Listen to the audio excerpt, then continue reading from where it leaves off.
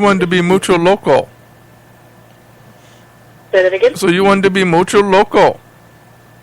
Sí. Sí, you comprende, no?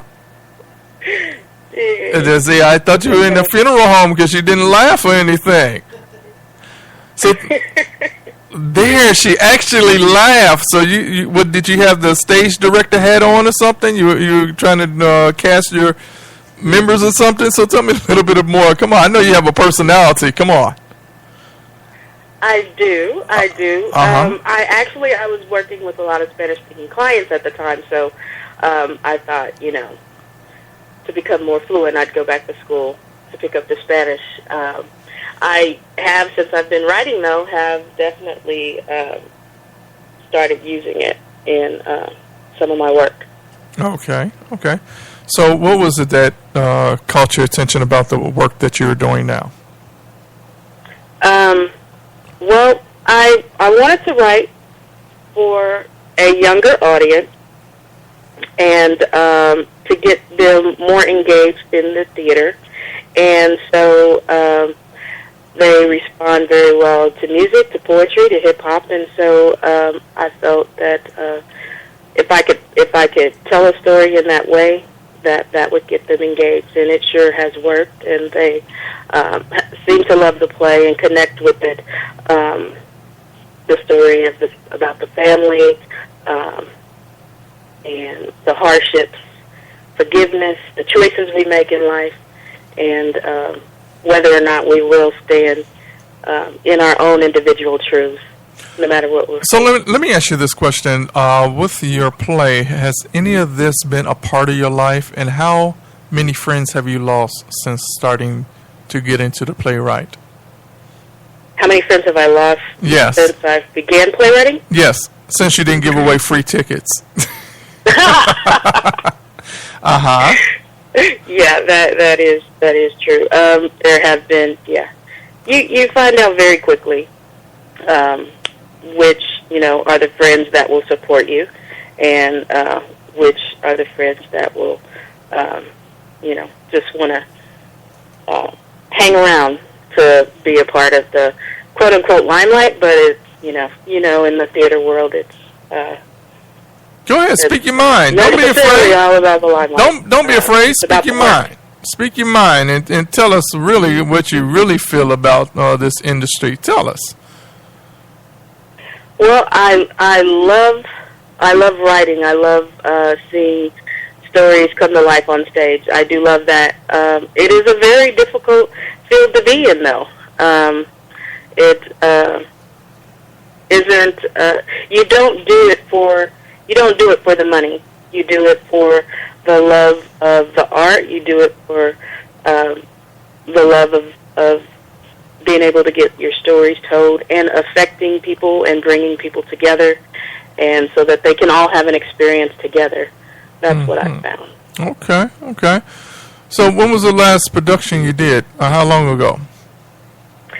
The last production was Truth Stands, which was in February of this year. Okay. How was the turnout? Did you have a packed house? Were you sold out? February in Kansas City, it's cold and the weather is very unpredictable, so it was decent. Okay. But I would not say that it was sold out. I know when I had the production in Baltimore in October of 2013, it was sold out and extended. So I guess it depends on, really the weather and how things are. But everyone that came to see it definitely enjoyed it, even came back to see it another time. So I think it's just about making sure you get that marketing component in to make sure that everyone has access to the information when the show is going to be, and how to get there, and so forth and so on. So. Okay. So for you're in Kansas City. I'm sure you have some great food out there, right? Say that again? Great food? You have great food out there, right? Barbecue. Barbecue? Okay, so how would you classify your play? Is it a dinner-style play? Is it a black box play? What type of play are you conducting or doing? This play, True Stands, is a black box theater type of show. It's best when the setting is intimate and the audience is right up on what's happening. So it is a black box play. I have some other things that are in the works with Lovejoy Productions and partnership that Victoria Barbie and myself have decided to collaborate on, which would offer, productions that involve actually like dinner type of theater and dinner type of entertainment experiences. Wow, wonderful. So what's the next? What's under your belt now? What are you working on at this present time? At the present time, I am working on a Lovejoy social experience where I'm working on a reading of a play that is dealing with issues in Ferguson, Missouri. It's not too far from where we are, and we had in Kansas City, and we had a lot of interaction and protesting here in Kansas City as well. And so just to tap into some of those stories and some of those issues, I've been working on a piece for that. So in June, I'll be having a reading and art showing some pieces that this has inspired in myself. And Victoria Barbie also will have a reading of a play that she has commissioned with regards to Martin Luther King. And, okay, wonderful. So, wow. And that will be in June. So those are the things that I'm working on right now. Well, we are very excited. Are you going to bring your stage play to Chicago? I am hoping to bring it to the Taste of Theater in October. Okay, great. And, we will be there. And also looking for a venue to be able to bring it to Chicago audience. Just don't use the Olympic Theater. I'm going to tell you right now. Don't use the Olympic Theater.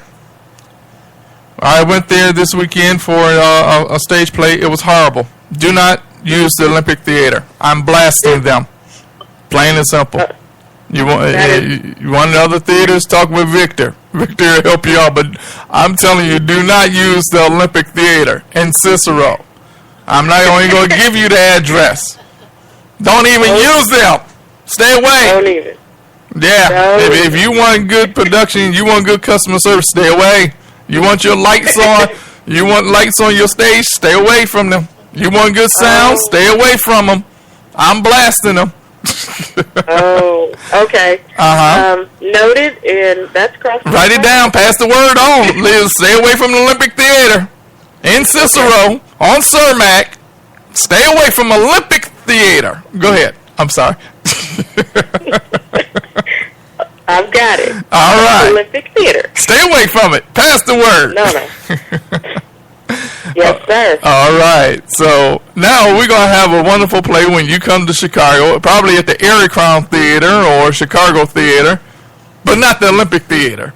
So we're looking forward. And when you come here to Chicago, I'm sure I will. You're welcome here with open arms, so you can come here to the station. But before you come into the station, you know what you got to bring us? It's a barbecue. You got that right. You got to bring us a barbecue. What kind of barbecue you gonna bring us? Don't be bringing me no KC barbecue. I don't want no. KC, don't bring your KC barbecue. Nah, I don't want no KC. I want some Gates. Oh, Gates. Okay. No, I'm just kidding. I haven't even tried either one of them. I just don't like KC's sauce. But have you ever thought about doing a show surrounding around barbecue? You're in Barbecue City. Have you ever thought about doing a barbecue show? I know a couple of other people who have written because they write a lot of different stories about food and whatnot. But no, that's not come up in my writing. Oh, okay. No. So your style of writing is more geared to what, relationships, issues, what, abuse?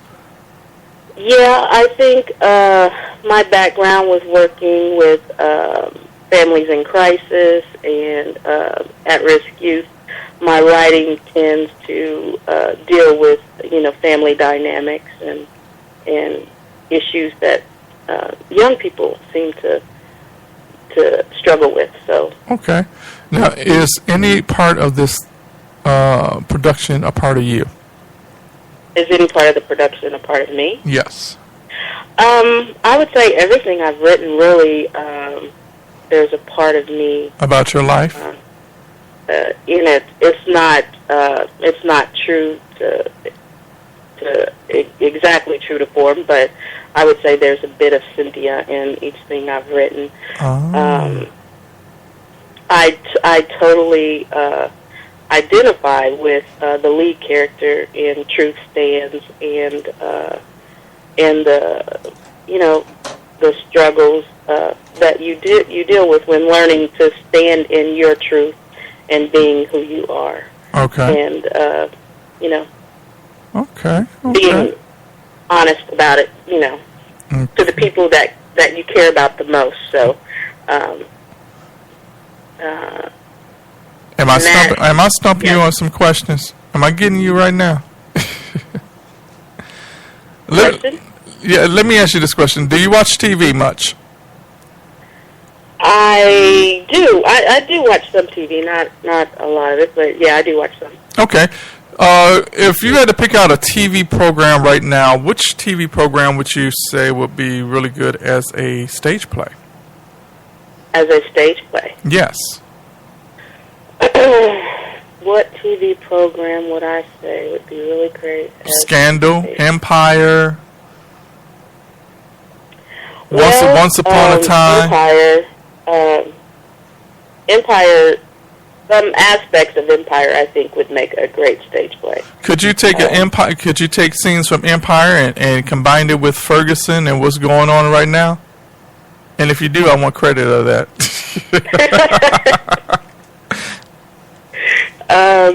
I'm not even a stage. I'm not. It would be a dynamic mix to mix that. Here. I'm gonna throw a little. I'm gonna throw a little twist. I'm gonna throw a little twist your way. How about the scene? How about the scene that Hakeem was in the club and disrespected the president, and he walks out the club and he gets shot?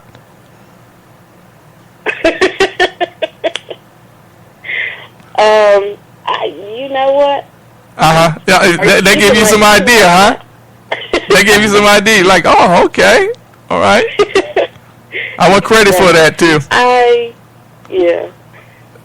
I don't know that I want to tackle the president on stage just yet.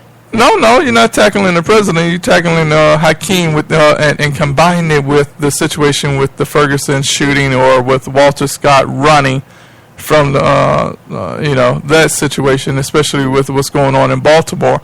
So taking Empire and combining it with the current day situation. Have you ever thought about that?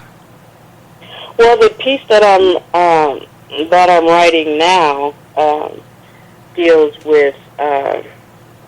exactly with that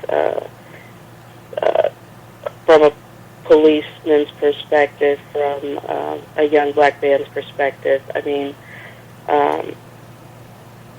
everybody has their own story, and so I've been talking with different people from Ferguson and hearing their stories and finding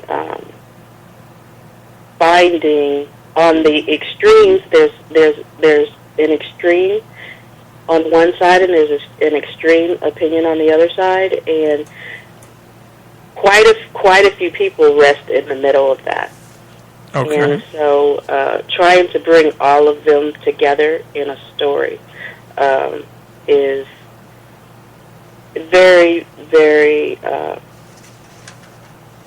emotional, emotionally charging or emotionally charged